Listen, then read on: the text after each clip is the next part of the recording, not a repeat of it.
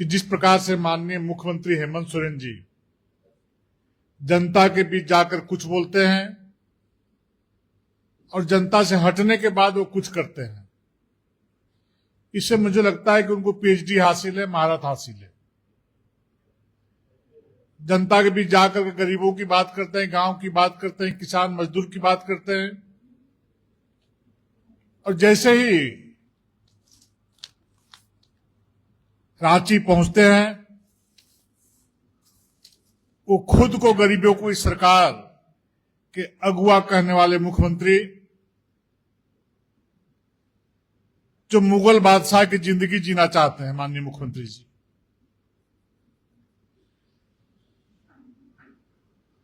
और जो विज्ञापन के माध्यम से जो जानकारी मिली है कि लगभग 67,4,36,000 रुपए से शीश महल बनाने जा रहे हैं।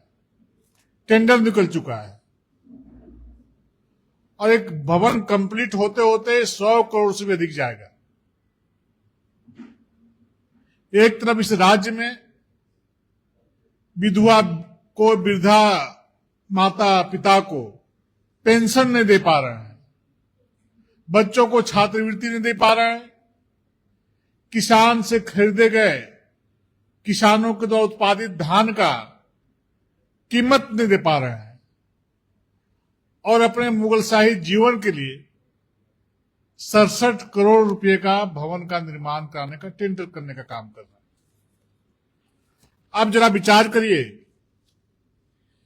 इसके इंटीरियर और फर्नीचर का खर्च नहीं जुड़ा है, ये भवन की लागत है, और जब सारा खर्च जुड़ जाएगा तो 100 करोड़ से ऊपर चला जाएगा। मुख्यमंत्री जी के इस शीश महल का टेंडर वेबसाइट पर 2 अप्रैल को अपलोड होगा। 29 अप्रैल आखिरी तिथि है, 30 अप्रैल को शीश महल का टेंडर खुलेगा और 8 अप्रैल को प्री बिड मीटिंग है। फिजूल खर्ची ऐसी है कि 2 करोड़ का फव्वारा, 2 करोड़ रुपया का फव्वारा लगेगा और 2.5 करोड़ का गार्डन बनेगा। मुख्य बैठक में शीशे से बना मुख्य ड्राइंग रूम बनेगा, शीशे से बना शीश महल, शीशे से बना ड्राइंग रूम बनेगा, जिसका शीशा विदेश से मंगाया जाएगा। इटली का टाइल्स लगेगा, इटली का टाइल्स लगेगा। बताया था कि जकूजी, सौना और मसाज रूम के लिए करोड़ों खर्च किए जाएंगे। गरीब प्रदेश के मुख्यमंत्री क्या बर्ताव, आखिर जनता के साथ इस प्रकार का भद्दा मजाक करने का साहस कैसे जुटा पा रहे हैं? इसी प्रकार का दिल्ली के तत्कालीन मुख्यमंत्री केजरीवाल जी का शीश महल का टेंडर लगभग 8.5 करोड़ में शुरू हुआ था। बाद में भोग विलासिता की चीजों को जोड़ते हुए यह 33.66 करोड़ का हो गया, यानी 342% की वृद्धि हो गई। 8 करोड़ का टेंडर भवन बनते बनते कितना हुआ दिल्ली का? 33.66 करोड़ हो गया। माननीय मुख्यमंत्री हेमंत सोरेन जी का शीश महल तो इससे 3 गुना बढ़ने वाला है, 3 गुना होने वाला है, 100 करोड़ रुपया होने वाला है। राज्य में गरीबों का बुआ आवास मिल नहीं रहा है, लेकिन सीएम साहब अपने लिए अब शीश महल बनाने का काम कर रहे हैं। एक तरफ बोलते हैं कि केंद्र से पैसा नहीं मिलता है, केंद्र सरकार को हमेशा दोष देने का काम करते हैं, लांछन लगाने का काम करते हैं, लेकिन मीडिया के सामने कभी नहीं बतलाते हैं कि किस मद में कितना पैसा बकाया है। क्या चरित्र है इनका, इसी सरकार का क्या चरित्र है? कथनी कुछ है, करनी कुछ है। भाजपा टेंडर की बैठक के दिन या उसके बाद भी इस शीश महल का हमारे कार्यकर्ता पूरे प्रदेश पे जगह जगह धरना प्रदर्शन के माध्यम से सड़कों पर उतर करके विरोध करने का काम करेंगे। ठीक है, मुख्यमंत्री जी का एक सेटअप है, उसके लिए भवन चाहिए, इसमें कहीं कोई दुमत नहीं है। और जो वर्तमान भवन है, कभी आपको प्रवेश जरूर किए होंगे, यदि अवसर मिले तो आप देखेंगे कि भवन खुद अपने आप में आलीशान है, सारी सुविधाएं वहां पर पर्याप्त है।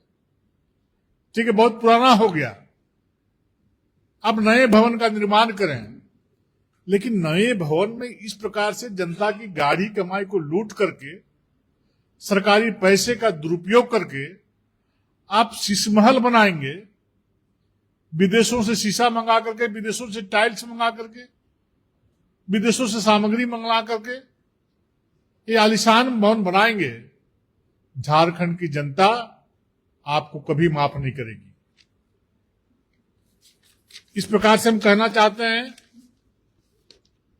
कि हर वो बात बोलते सभाओं में जाकर के जनता को लुभाने के लिए, प्रलोभन देने के लिए, लेकिन मुख्यमंत्री आवास में आते आते उस सारी बातों को भूलने का काम करते हैं। मैं इस प्रकार की कार्य का विरोध करता हूं और जब तक शीश महल बनेगा तब तक भारतीय जनता पार्टी का एक एक कार्यकर्ता इस शीश महल का विरोध करेगा, जनता के बीच जाकर के ये बतलाने का काम करेगा कि मुख्यमंत्री जी का क्या सोच है।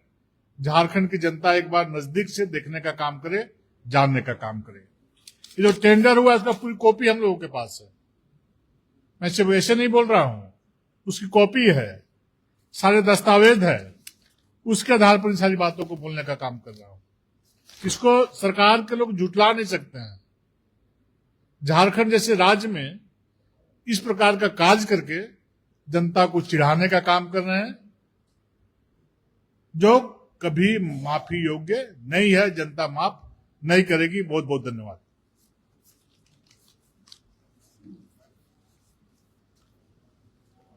ठीक है,